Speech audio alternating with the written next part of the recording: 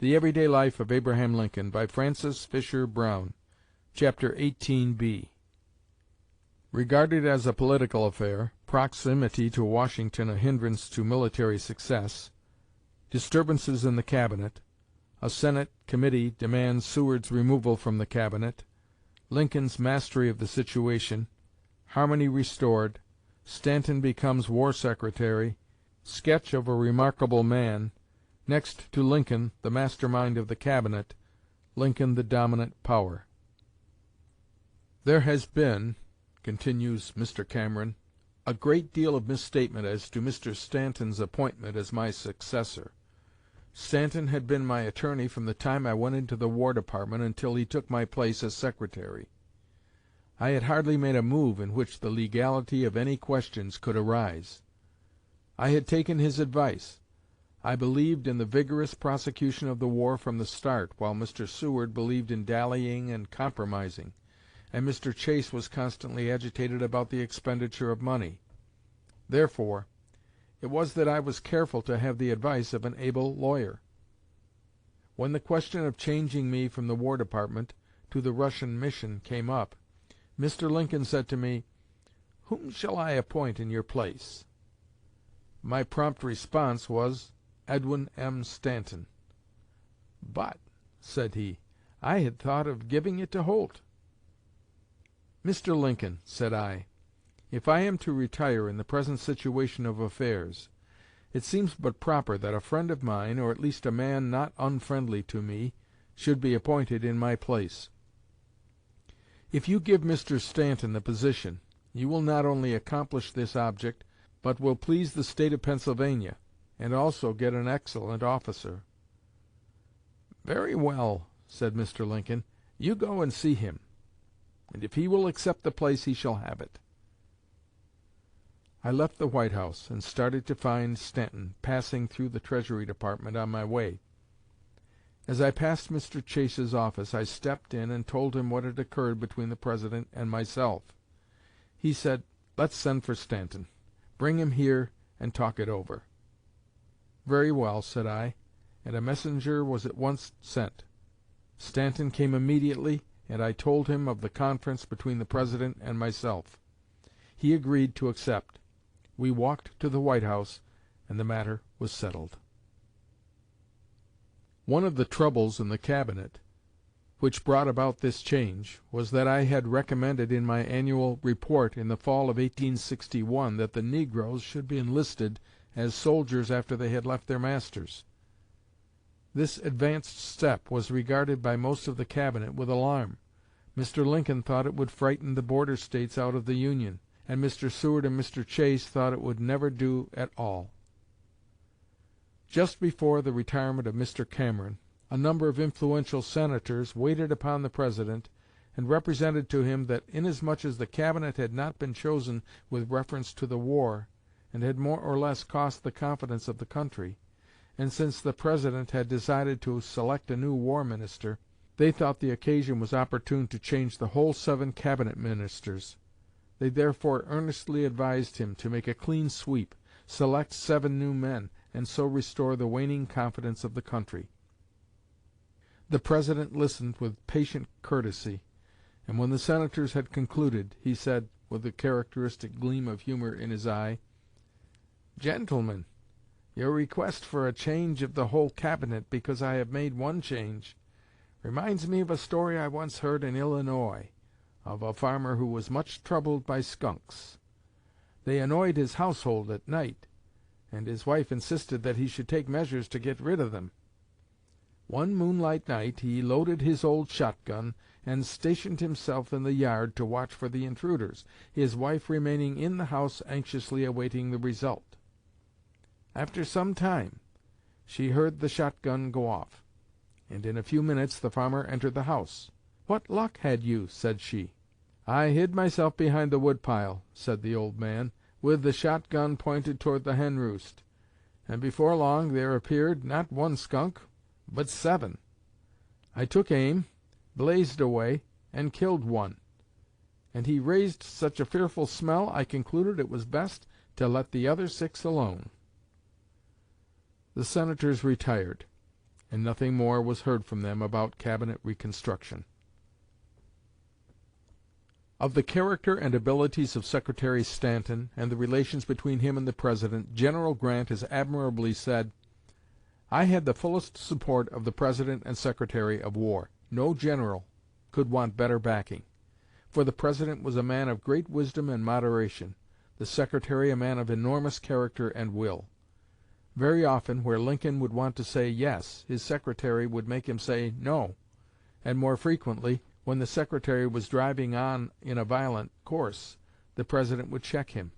United, Lincoln and Stanton made about as perfect a combination as I believe could, by any possibility, govern a great nation in time of war.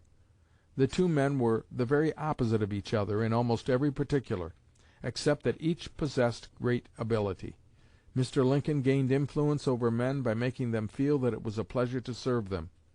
He preferred yielding his own wish to gratify others, rather than to insist upon having his own way.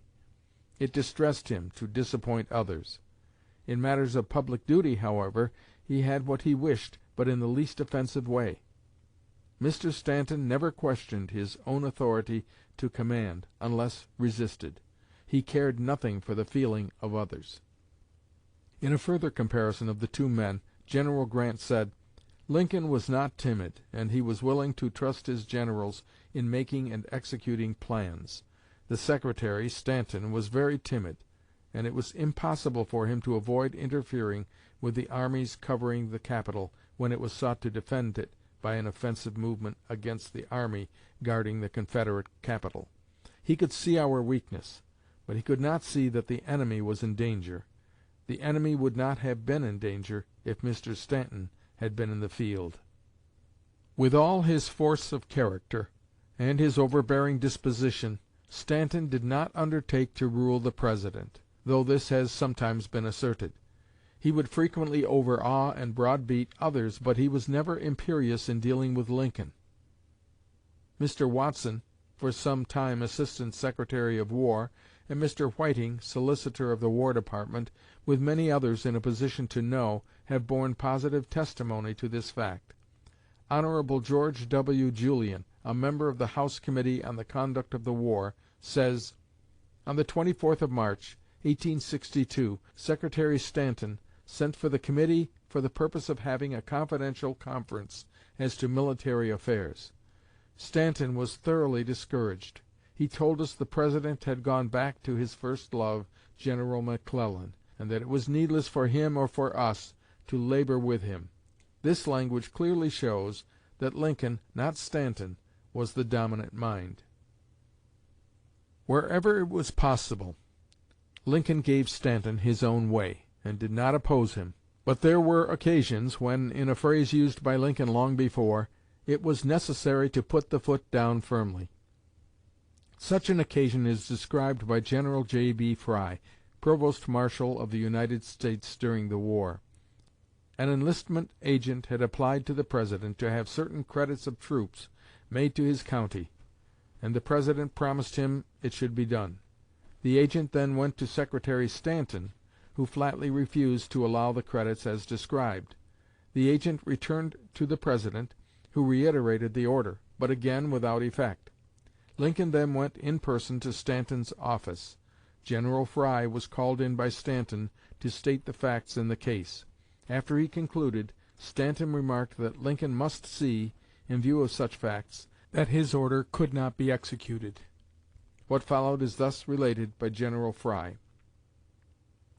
"Lincoln sat upon a sofa, with his legs crossed, and did not say a word until the Secretary's last remark. Then he said, in a somewhat positive tone, 'Mr. Secretary, I reckon you'll have to execute the order.' Stanton replied with asperity, 'Mr. President, I cannot do it. The order is an improper one, and I cannot execute it.' Lincoln fixed his eye upon Stanton, and in a firm voice, and with an accent that clearly showed his determination, he said, 'Mr. Secretary, it will have to be done.' Stanton then realized that he was overmatched. He had made a square issue with the President and had been defeated. Upon an intimation from him, I withdrew, and did not witness his surrender.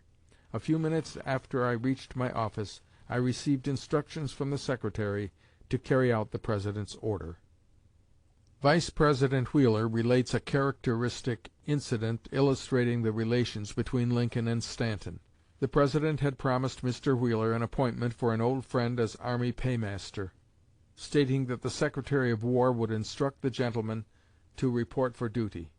Hearing nothing further from the matter, Mr. Wheeler at length called upon the Secretary, and reminded him of the appointment.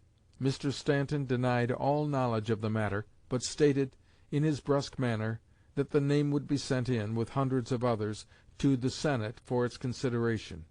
Mr. Wheeler argued that his friend had been appointed by the Commander-in-Chief of the army, and that it was unjust to ask him to wait for the tardy action of the Senate upon the nomination, and that he was entitled to be mustered in at once. But all in vain. The only reply that could be got from the iron Secretary was, "You have my answer. No argument." Mr. Wheeler went to the chief clerk of the department and asked for the President's letter directing the appointment. Receiving it, he proceeded to the White House, although it was after executive hours. "I can see Mr. Lincoln now," says Mr. Wheeler, "as he looked when I entered the room. He wore a long calico dressing-gown reaching to his heels.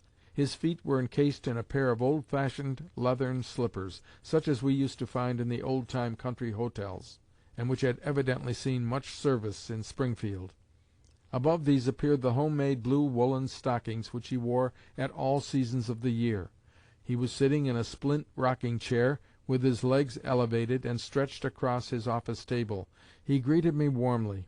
Apologizing for my intrusion at that unofficial hour, I told him I had called simply to ascertain which was the paramount power in the Government, he or the Secretary of War. Letting down his legs and straightening himself up in his chair, he answered, 'Well, it is generally supposed I am. What's the matter?' I then briefly recalled the facts attending Sabin's appointment, when, without comment, he said, 'Give me my letter.' Then, taking his pen, he endorsed upon it, 'Let the within named J.A. Sabin be mustered at once. It is due to him and to Mr. W. under the circumstances. A. Lincoln.'" Armed with this peremptory order, Mr. Wheeler called on Stanton the next morning. The Secretary was furious. He charged Mr. Wheeler with interfering with his prerogatives. Mr. Wheeler remarked that he would call the next morning for the order to muster in. He called accordingly, and handing him the order in a rage, Stanton said, "I hope I shall never hear of this matter again." It is related by Hon. George W. Julian, already quoted, that on a certain occasion a committee of Western men, headed by Mr. Lovejoy, procured from the President an important order looking into the exchange and transfer of Eastern and Western soldiers, with a view to more effective work. Repairing to the office of the Secretary, Mr. Lovejoy explained the scheme as he had before done to the President, but was met with a flat refusal. "But we have the President's order, sir," said Lovejoy. "Did Lincoln give you an order of that kind?" said Stanton. "He did, sir." "Then he is a damned fool," said the irate Secretary. "Do you mean to say the President is a damned fool?" asked Lovejoy, in amazement. "Yes, sir, if he gave you such an order as that." The bewildered Illinoisan betook himself at once to the President, and related the result of his conference. "Did Stanton say I was a damned fool?" asked Lincoln at the close of the recital. "He did, sir, and repeated it." After a moment's pause, and looking up, the President said, "If Stanton said I was a damned fool, then I must be one, for he is nearly always right, and generally says what he means. I will step over and see him." The two men met, and the matter was easily adjusted. It was this rare combination of good humor and firmness, with an understanding of the other's trials and appreciation of his good qualities, that reduced the friction of official life and enabled Lincoln and Stanton to work together, in the main harmoniously and efficiently, in their great task of prosecuting the war and maintaining the integrity of the Union.